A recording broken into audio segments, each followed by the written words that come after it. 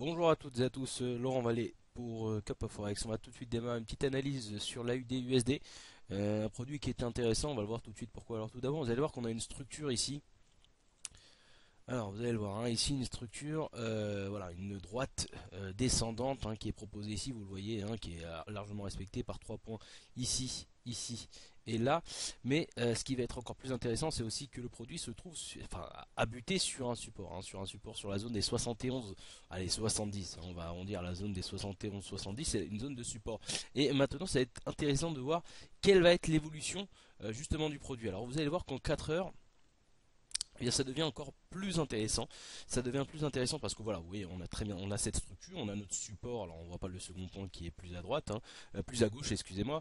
Mais ce qui est intéressant aussi, c'est le RSI. Voilà, vous le voyez sur le en D1, il nous parlait pas franchement, mais ici on voit sur le RSI cette droite comme ça haussière et on est tout simplement sur une réelle divergence, sur une réelle divergence, puisqu'ici effectivement sur le graphique est proposé un mouvement baissier. En tout cas, le produit semble s'appuyer sur une droite de tendance baissière qui continue à être sous pression malgré effectivement le fait qu'on soit sur un gros support sur la zone des 71-60.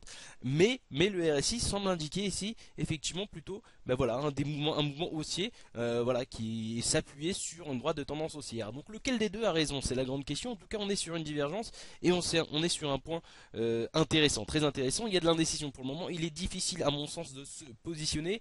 Je privilégierai pour le moment la stratégie baissière et voir comment ça évolue. Je répète, je préfère être ici plutôt oui, dans l'attente, dans l'expectative. Je vais voir, on va voir. Est-ce que effectivement un mouvement baissier va se manifester? Et à ce moment-là, oui, si on repasse en dessous véritablement des 0,73, bien dans ce cas-là, on se refixerait comme objectif les 71-60, ce serait une stratégie à adopter, mais en dessous des 73, c'est-à-dire qu'il faudrait passer quand même en dessous des 72-80 pour valider ça. Ou bien est-ce qu'on a une cassure véritablement de cette droite de tendance, et cela signifierait que c'est le RSI qui nous aurait donné, qui nous donnerait la bonne indication.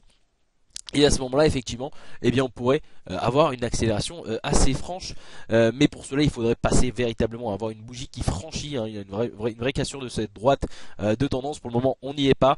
Il faudrait vraiment clôturer au-dessus de cette droite de tendance, au moins en 4 heures.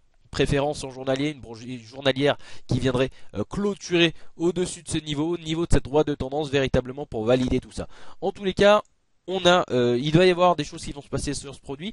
On est dans maintenant on attend, on est dans l'attente et véritablement, n'importe quel mouvement pourrait déclencher un mouvement assez intéressant. Donc on va garder ça sous le coude. On va proposer voilà deux scénarios, privilégions pour le moment la baisse, on va rester sur le graphique, avec donc vente en dessous des 73,80 et puis achat si on a cassure véritablement de cette droite de tendance haussière, avec vous voyez la divergence du RSI, c'est surtout la divergence du RSI en 4 heures qui m'intéresse ici.